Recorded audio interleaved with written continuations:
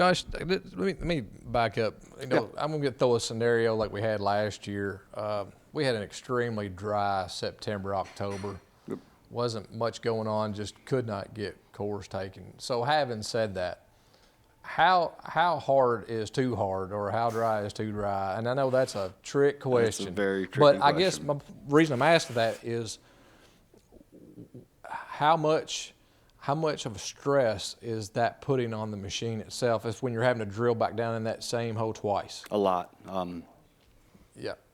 Well, 3 or 4 times. Okay. A lot. Jackhammer sounds like to me. That's putting a lot of stress on it. Step one, just don't turn your pressure up over 1,300. It's designed to take that, but again, I mean, you keep doing it over and over. I mean, you're going to find weak parts. Make sure you're going in the hole a couple times. Buy the conversion kit. We were in Western Iowa last year, and I mean, you couldn't get a hand probe in the ground. I mean, absolutely impossible. Yeah. We still have to go in twice with a smaller, harder probe, but it's easier on the machine and so much faster.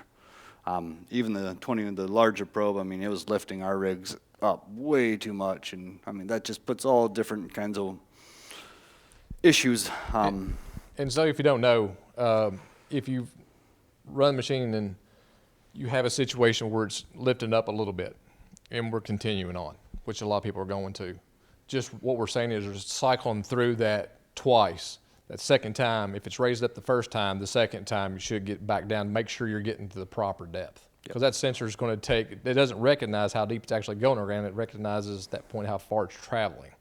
So Correct. just run it down in there twice. But if you're having to do more than twice, pack up and go back home. If you're having to do it 3 or 4 times. Yeah, that's an ideal situation. When we were in Western Iowa, they had to have it sampled, so we sampled it, but it was definitely stressful on it, and we had the conversion kit on every one of our probes. Some people are now, instead of getting the larger probe, goes back to the universities, they're wanting to take that 12 to 15 cores. They know the lab don't want it, so they use a smaller probe so they can take more cores but get less dirt.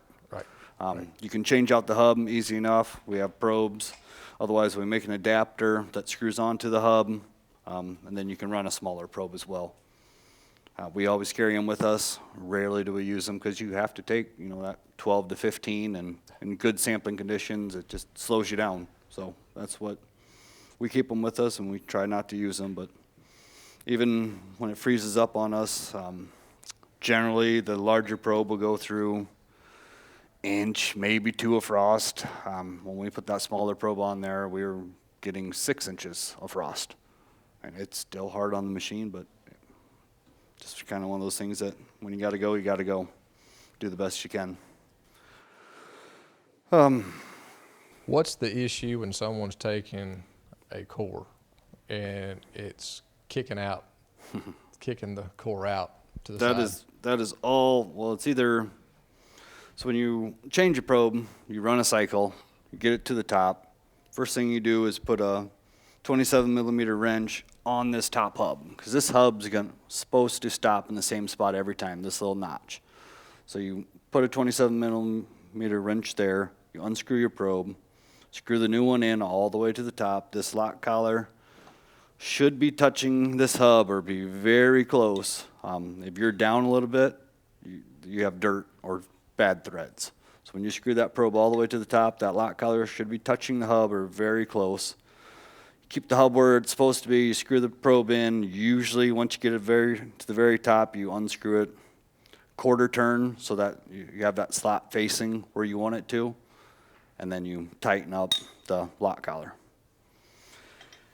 So that's how you successfully change a probe. But sometimes if the sensors aren't working, they all work in a series. So some models it won't start unless the top sensor's lit. Next sensor it's looking for is the bottom sensor. Once it sees that, it comes to the top, and it looks for that middle sensor right in the middle. After it looks for that middle sensor and that gets activated, it looks for the sensor in the drilling head. Once that activates, it stops the rotation. If this middle sensor is not working, it never looks for this drilling head sensor, and which again, then it never looks for the top sensor, and that's when you get the smashing coming up if you don't have that bolt in the mounting. So they kind of all work in a series, so you just have to pay attention, and you should know real quick if that core's going on the ground, it's either your probe's in misalignment, and I guess sometimes things can just happen. It can hit that middle sensor right as this hub is going around, just went past the drilling head sensor, so it's got to come all the way around before it'll stop again, and it's just bad timing. Probably happens 1 out of 50 times, just bad timing, take another core. But if it continues to happen, you got a sensor issue, and generally they're not broken. Generally they just got WD-40 or something on, you wipe them off, or they're just out of adjustment. But that's nothing more frustrating than seeing the perfect core just laying on the ground and deciding if you want to get off to grab it or you just want to take another one.